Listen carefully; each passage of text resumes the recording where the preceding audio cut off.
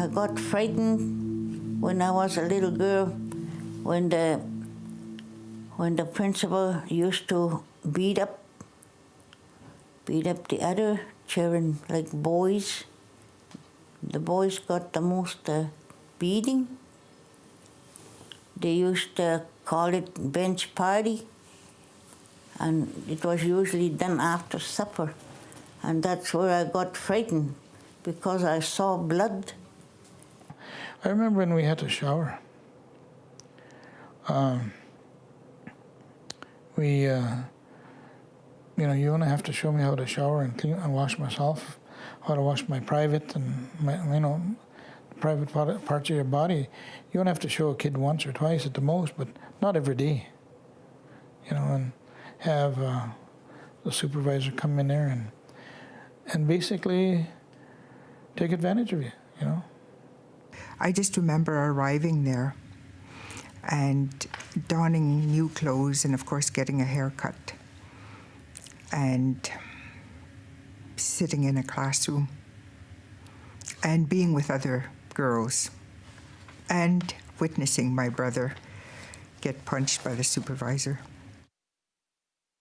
My name is Alice Little Deer. I'm 78 years old. I spent about 8 years in residential school. My name is Raymond Mason. I'm 62 years old, and I attended residential school for 12 years. I'm Madeline Dion Stout. I'm 62 years old. I'm from the Kihiwan First Nation in Alberta. I attended Blue Quills Residential School for 36 consecutive months. That would be 3 years. In order to educate the children properly, we must separate them from their families. Some people may say that this is hard, but if we want to civilize them, we must do that. A federal cabinet minister, 1883. I remember them taking me away from my mother and my stepfather.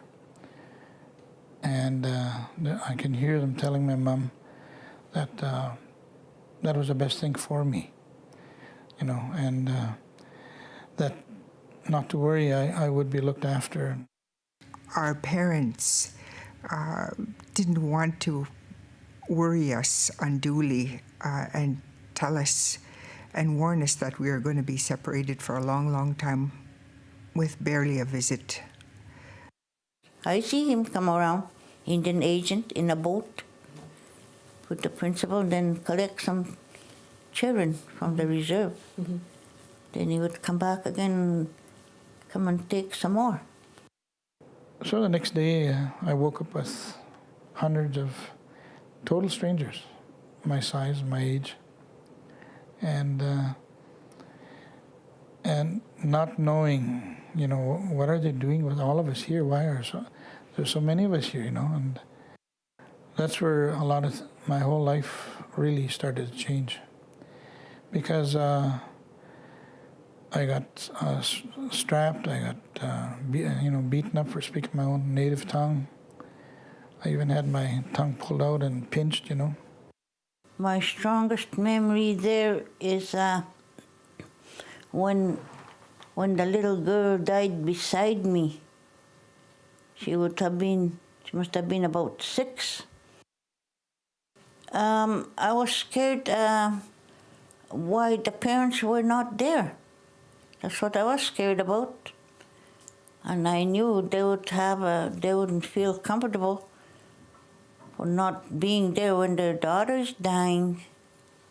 And do you know why they weren't there? They were never notified. Indian children in the residential schools die at a much higher rate than in their villages. But this does not justify a change in the policy of this department, which is geared towards a final solution of our Indian problem. Duncan Campbell Scott, Deputy Superintendent of Indian Affairs. At that time, they never told us that our sisters were across the hallway. And I didn't know that for the longest time. Then I spotted my sister, Nora, and I was so glad and so hysteric, and I went running to her and I reached onto her, and just hugged her, and I was just shaking, and terrified. And I was wondering why she was pushing me away. I didn't realize that we weren't supposed to know that we both lived in the same place, and we weren't allowed to speak to each other. We weren't allowed to talk to each other. And I can remember the principal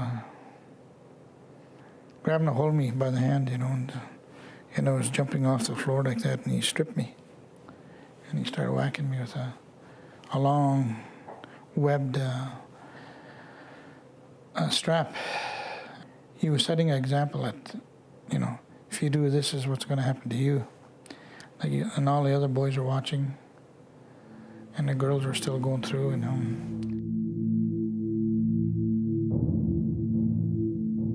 Their education must consist not merely training of the mind, but of a weaning from the habits and feelings of their ancestors, and the acquirements of the language, art, and customs of civilized life. Edgerton Ryerson, 1847 Report for Indian Affairs. Visits from my parents were very rare, but I do recall one visit when my mother and father came. And I remember specifically my mother's red tam, that splash of color. I remember her getting out of the wagon, and I was crying already watching them because I was missing them already. They hadn't even walked through the door yet of the residential school, but I was missing them already. And when they were actually leaving, I cried until my nose bled. And you learn pretty quick after getting those kind of beatings. Not strapping, it's literally beatings, And ever since that day, I tried to run away. And I made friends with a guy by the name of Donald Atkinson from Rosa River First Nation. And we planned, to take off. And when we got caught, we paid for dearly, Not only did the RCMP give us a licking, but the bigger boys that was helping them chase us down. Were you angry at your parents that they made you go to school? Sometimes I would think about them. I get mad for all giving me here, sending me over there where all the bad treatment is. And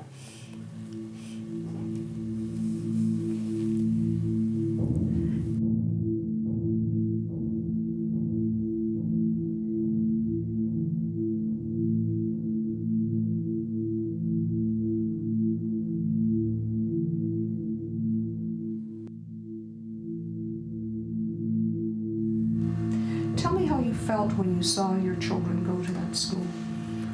well, I felt sad.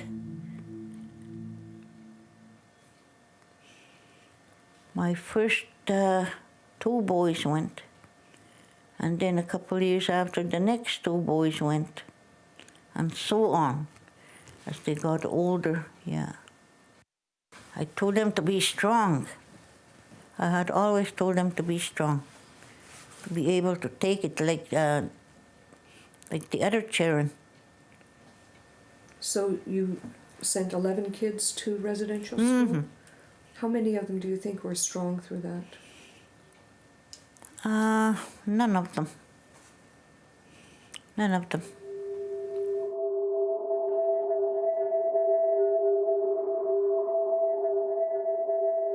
What about your children? How do you think it affected them being in residential Well, school? like I said, a little bit crazier than before they went to school. Their mind was a little bit more intact, staying at home with us. They knew how to hunt ducks, and they knew how to fish, and they knew how to snare rabbits and pick blueberries. Today you don't see that. And you think that's the school? Yeah. everything destroyed in our world. We didn't bother white people. White people bothered me.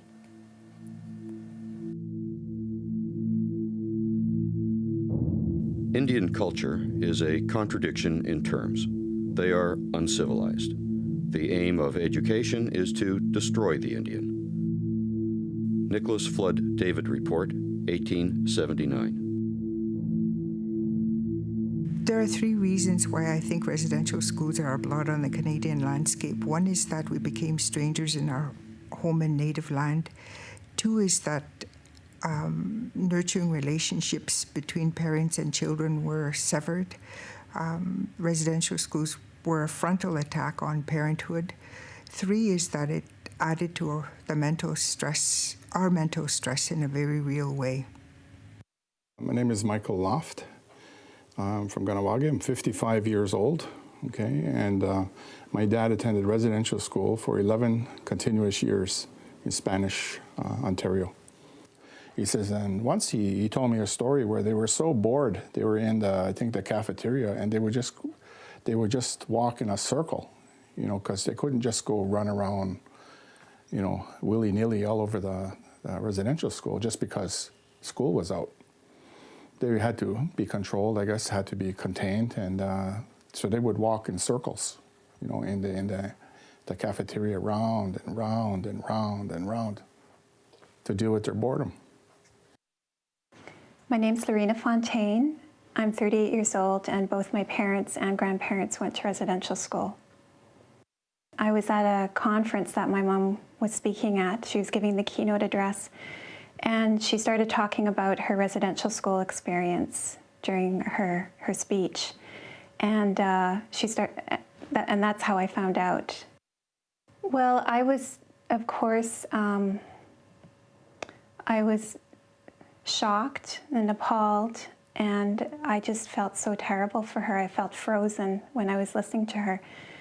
And it wasn't until after she finished speaking that I started thinking about our family life. I started thinking about the abuse that was very prevalent when I was a child. And I started putting connections together. He never knew when he was going to get hit in residential school. That's the thing. So he lived like in fear of getting hit. You break a rule, you get whacked, you know. So it was unpredictable. You know, you couldn't. You could try to learn the rules as best as you could, but I mean, you're a kid. You know, you'd mess up and whack. You know.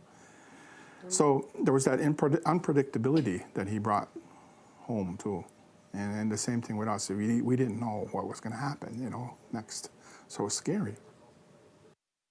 I was raised by parents who never had a childhood, and they didn't have any parents as role models. So we were vulnerable children, and a lot of us were abused ourselves as young children. And I also realized at that point that one of the people who abused me in my family had been a residential school survivor, a family member, and I understood why now, why I was abused. The great aim of our legislation has been to do away with the tribal system and to assimilate the Indian people in all respects. Sir John A. Macdonald, May 2nd, 1887.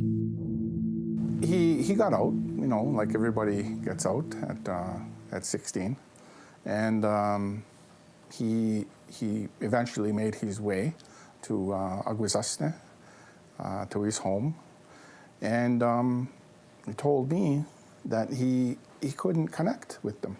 He couldn't connect because he couldn't speak the language. He didn't understand the culture. So he couldn't take it, you know. He was frustrated. He was going nowhere.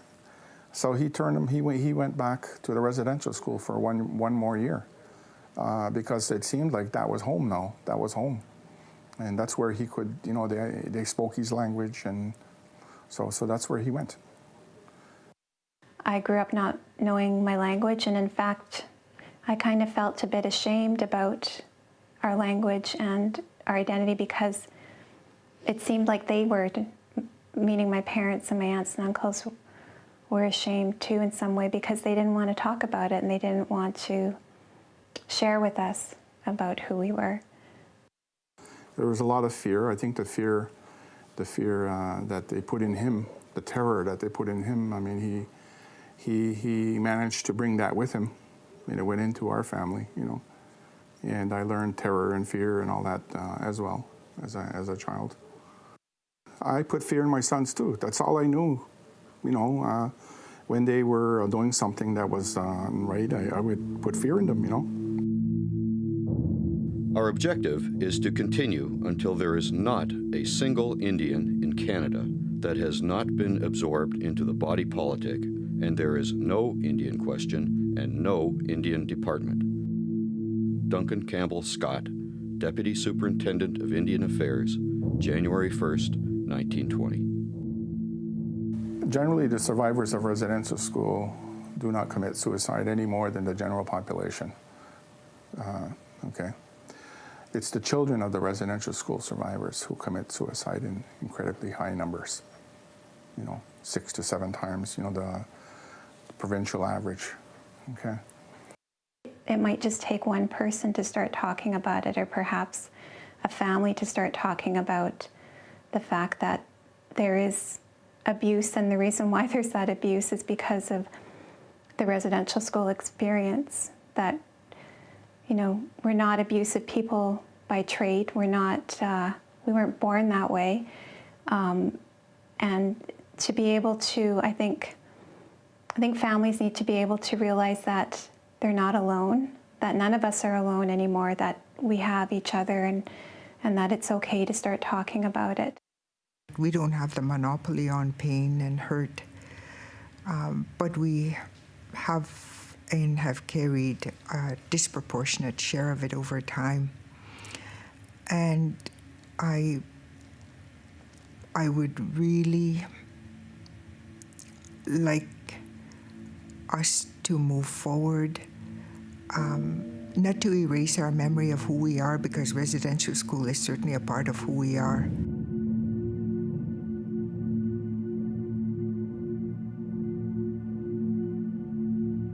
I'd like us all to be a part of a team that really makes a lasting difference for not only residential school survivors, but the other little children who are having difficulties today.